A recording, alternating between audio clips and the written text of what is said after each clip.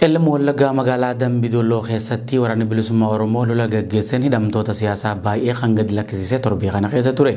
Hidhamtoonni siyaasaa fi namoonni murtii dabaan mana adabaa godina Qellem Wallaggaa magaalaa Dambidolloo keessatti hidhamanii turan waraana bilisummaa Oromootiin gadhiifaman gammachuutti dhagahame ibsatuun viidiyoo isaanii irraa waraabame marsaalee hawaasummaa irratti tamsa'eeti jira. Gurraan dhala lama bara 2023 waraanni bilisummaa Oromoo magaalaa godinichaa Dambidolloo keessatti humnoota mootummaa irratti fudhateen namoota yakka siyaasatiin murteen dabaarratti dabre waggoota takka hanga 25 irratti murtaa'e gallakkisuusuu hime. Dhimmicha ilaalchisuun dubbataan waraana bilisummaa Oromoo idil addunyaa barreeffama gabaabaa tiwutara isaa irratti maxxanseen guyyoota sadan dabran keessatti waraanni bilisummaa Oromoo Oromiyaa guutuu keessatti injifannoo argachuu hime. Gurraan dhala lama bara 2023 magaalaa Dambidolloo keessatti lola gaggeessan waraana mootummaa magaalattii keessaa erga ari'een booda hidhamtoota siyaasaa 862 mana hidhaa keessaa baasuu ibse. Guyyuma wal fakkaatu waboon zoonii kibbaa Bulee Horatti lola gaggeessan miseensota humna waraana mootummaa 500 ol ajjeesuun 240 booji'ee akka jiru dubbataan waraana bilisummaa Oromoo kun viidiyoo maxxanseen ibsee jira. Gurraan dhala lama 2023 godina Gujii Lixaa aanaa Bulee Horaa iddoo addaa baddaa Magadaa bakka jedhamutti gootichi waraana bilisummaa Oromoo waboon zoonii kibbaa konyaa Gujii Lixaa waraana goolessituu Itoophiyaa kan piipiin sirna moofaa kan ittiin tumsiisaa fi uummata Oromoo dararaa mana uummataatiif qabeenya uummataa ittiin saama barbadeessaa gubaa kasiin turte akkanuma lubbuu uummata nagaa nama nagaa ittiin qalaa kasiin galaafachaa turte. Gootichi waraana bilisummaa Oromoo gootummaadhaan dura dhaabbatee saba isaatiin loluudhaan akkanatti baay'ee isaanii lolee hedduu yommuu du'aaf madoon adabu warra gadaafan immoo akkanatti booji'ee isinti garsiisuu jiraachuudha. Har'a guyyaan gurraan dhala guyyaa 3 lolli gaafa gurraan dhala guyyaa 2 halka guyyaa keessaatii 10 jalqabee halkan guutuu irra bulee ganama saatii 12tti immoo booji'amtoota isin gartan kana yoo xiqqaate nama lakkoofsi isaanii 240 kan ta'u akkanatti booji'ee jira. Kana malees opereeshinii waraabonni tibbanaa Oromiyaa guutuutti gaggeessan Wallagga Lixaa Beegii, Wallagga Bahaa Gobbuu Sayyoo, Shawaa Lixaa Baakkoo, Shawaa Bahaa Adaamii Tulluu fi Harargee Lixaa Gammachiis dabalatee naannolee biroo hedduu keessatti waboon injifannoo argachuu himee jira.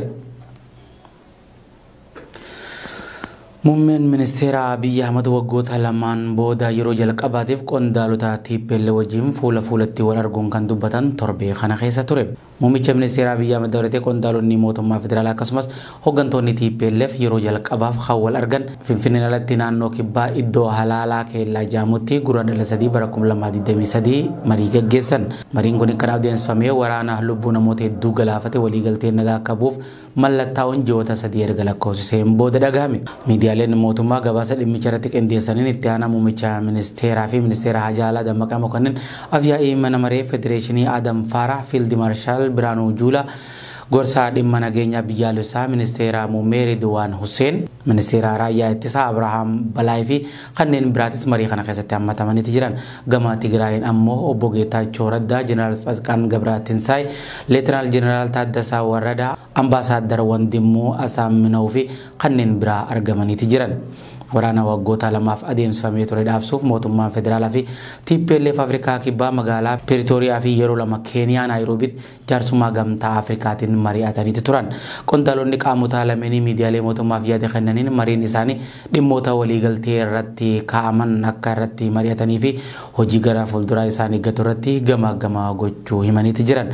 Baatii 3 dabaranitti deeggarsi namoomaa daangeffamallee dhiyaachaa bu'uuraaleen misoomaa deebanii eegaluu akkasumas TPLF hidhannoo hiikachuu fi raayyaa ittisa biyyaatiin alatti qaamonni biraa hidhatan Tigraay keessaa bahuu jalqabanitti jiran.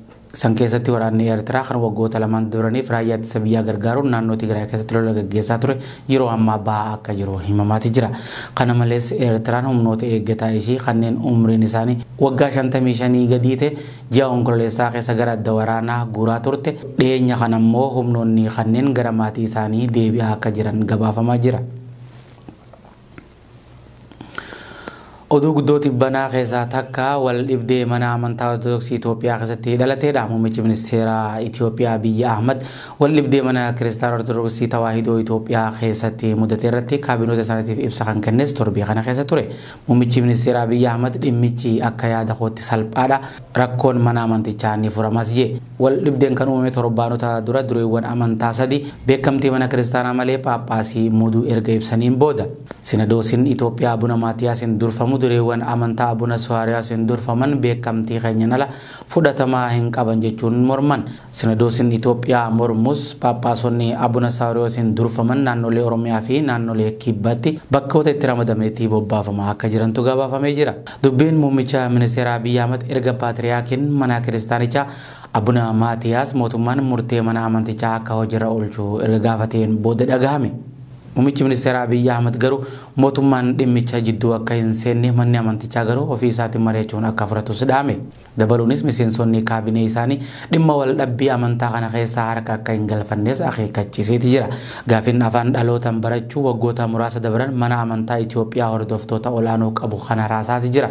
Naannoo Oromiyaa keessatti manni amantaa kiristaanaa afaan dhalootaan bal'inaan waan tajaajilaa kennuu dadhabeef tajaajiltoonni xiqqaachaa manneen amantaa cufaa jiraachuu abbootiin gaafii kaasan dubbataniiti jiran. Addatti bahuu dureewwan amantaa yoo muudanis tajaajila cimsuuf akka ta'e himaniiti jiran. Muummichi ministeera Abiy Ahmed mirga hordoftoonni mana amantichaa afaan dhaloota isaaniitiin tajaajilamuuf qaban osoo hin sarbin mariin wal dhabbii isaanii furachuu akka qaban gorsan. Oromiyaa keessatti amantaa bataskaana keessatti afaan Oromootiin tajaajilamuu qabna jedhanii gaafataniif tajaajilamuu hin dandeessan jechuu hin danda'u je. Anaa miti Oromoo mirga kana kan gonfachiise osoo mirga isaanii hin faallessin waldiiguun osoo hin dhufin mariin adeemsa keessa toora qabsiisuu qaba jedhan. Naannoo Oromiyaa keessatti afaan Oromootiin tajaajilamuuf gaaffiin dhiyaate mootummaan ukkaamsee bira dabruu akka hin dandeenyellee muummichi ministeera Abiy Ahmed tibbaan ibsee jira. Muummichi ministeeraa marii kaabiroota isaa waliin gaggeessan kanarratti dhaabbileen amantaa hundi siyaasaa hannaa fi sanyiin nama qoodurraa bilisa ta'uu akka qabanillee gorsee jira. Ibsa ministeerota isaaniitiif kennan kana keessatti mootummaan qaamolee lamaan walqixa akka ilaalullee himan. Humni addatti deeggaruu fi mormus hin jiru, lamaan ortodoksiidha, lamaanuu bira gaaffiin dhugaadhaan jira jechuunis dubbate. Aangoonni mootummaa olaanoon dhimma kana keessa harka akka hin galfanne akeekkachiisaniiti jiran. Haasaa muummichi ministeeraa dhimma sinadoosii Itoophiyaa ilaalchuun kan daqiiqaa 36 kan taasifame yeroo ta'u, sinadoosiin Itoophiyaa wayita lola kaaba Itoophiyaatti mudate ortodoksiin naannoo Tigraay keessa kan Itoophiyaatiin adda bu'uu wayita ibsanitti sinadoosii Itoophiyaa irraa ibsa baasus ta'ee namni tokkolleen homaa hin dubbanne. Kan amma Oromiyaa keessatti afaan Oromootiin tajaajilamna jedhaniif dirana jeequmsa uumuun hin barbaachisu jechuunis dubbate. Gama biraatiin sinadoosiin ortodoksii Itoophiyaa kan Abuna Maatiyaasiin durfamu haasaa muummicha ministeera Abiy Ahmediin wal dhibdee mana amantichaa keessatti mudate ilaalchisee kaabinootaaf kenne kanarratti mormii qabaachuu ibse. Sinadoosiin mana kiristaanaa ortodoksii Tawaahidoo Itoophiyaa ibsa muummicha ministeeraa mormuun abbootiin amantaa naannolee Oromiyaa fi Kibbaa keessatti muudaman seeraan ala jechuun mootummaan yoo seera hin kabajjifne hiriira nagaa bahuudhaan mirga mana amantichaa akka mirkaneessu ibsa tibbana baaseen dhaadatee jira. Sinadoosiin ibsa roobii gurraandhala takka bara 2023 baaseen mirgi mana amantichaa hanga mirkanaa'utti paatriyaarkicha irraa kaasee abbootiin amantichaa hundi aarsaa lubbuu kafaluufillee qabsoo isaanii akka itti fufan gaafate. Ibsi sinadoosiin baasee muummicha ministeeraa qaamolee seeraa fi duudhaa mana amantichaa cabsuudhaan aangoo isaanii irraa mulqame waliin akka mari'atamuuf gaafachuun akka beekamtiin kan nutti fudhatama jechuun komate. Dabalataanis abbootiin amantaa lamaanuu dhugaa qabna jechuun dubbachuu muummichi ministeeraa dureewwan amantii qulqulluu sinadoosiin dhorke dureewwan kaan wal qixxeessanii ilaaluun kan seera maleessummaa jajjabeessu dhaabbileen seera qabeessa ta'an akka gareewwan seeraan alaatiin jeeqamaniif fuula kan kennu waan ta'eef sirreeffamuu qaba jechuunis sinadoosiin ibsee jira. Manni ortodoksii sinadoosii Itoophiyaa fi sabaaf sablammoota dhiyeenya kana kan hundeeffame dura bu'aa isaa Abuna Sawaariyoos filachuun Paappaasota 25 muudachuun gara jiddugala mana amantaa isaanii magaalotaa fi godinootatti erguun simannaan waan taasifamaafii jira. Erga sinadoosiin Itoophiyaa ibsa kenneen hiriira mormii baasuuf dhaadatee booda sinadoosiin Itoophiyaa Abuna Maatiyaasiin durfamu Finfinnee fi naannolee Oromiyaa keessatti hiriira mormii rakkoo nageenya hamaa uumuu danda'u taasisuuf qophii xumuraa jiraachuu himaatii jiran. Hiriira kanas biyya keessaa fi alatti yaaliin taasifamu eegalamee jira. Dhibeen koleeraa fi girifiraa Itoophiyaa keessatti mul'achuun daa'imman garmalee hubuu dhaabbanni Save the Children kan ibsa torbee kana keessa ture. Akka gabaasan Ochanti bana baasee agarsiisutti weeraree koleeraa naannolee Oromiyaa fi Somaaliyaa akka malee miidhee jira. Fulbaana 2022 irraa eegalee yoo xiqqaate namoota 1,055 dhukkubichaan kan qabaman yeroo ta'u namoonni 28 ammoo du'aniiti jiran. Ji'oota sadan dabran keessa qofa namoonni 316 kan qabaman yeroo ta'u kan ji'a muddee 739 ta'erraa harka 30 dabalee akka jiru ibsee jira. Lammiileen naannolee lamaan keessa jiraatan miliyoona 1 ol ta'an dhukkubichaaf saaxilamuu dhaabbanni Ochaatti simee jira. Taateewwan walitti hidhata qaban kan akka rakkoo bishaan dhugaatii hammaataa, rakkoo qulqullina dhuunfaa fi rakkoo tajaajila qulqullina hawaasaa kan akka mana fincaaniin alatti qulqullaa'u maloota bishaan bishaan ittiin qulqullaa'u dhabamuu fi hongee hammaatan haala jiru daran hammeessee akka jirutu ibsame. Itoophiyaa keessatti namoonni miliyoona 13 ol ta'an rakkoo hamtuu keessa jiran keessaa miliyoona 6.8 kan ta'an rakkoo bishaan qulqulluu hammaataa keessa jiru. Biyyattiin wayitii bonaa seenaa jirti waan ta'eef haalli kun ji'oota amajjii fi fulbanaa keessa daran cimee itti fufuu danda'a jedhamee sodaatamaa jira. Naannolee Somaaliyaa fi Oromiyaa keessatti daa'imman isaanii mallattoolee dhibee cimaa mul'isaniif haadholeen baay'een jiddugala wal'aansa Save the Children gahaa akka jiran dhaabbatichi ibsee jira.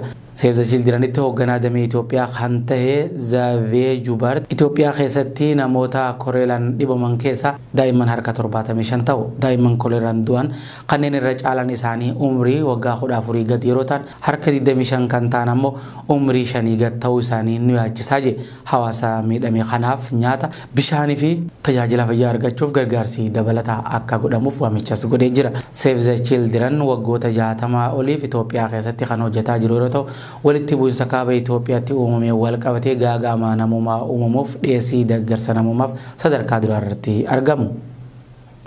Tole gaafa yoomtuu daawwattoota BBS oduun torbee kanaaf qabannee dhiyaanne hanganumaan akka soojjin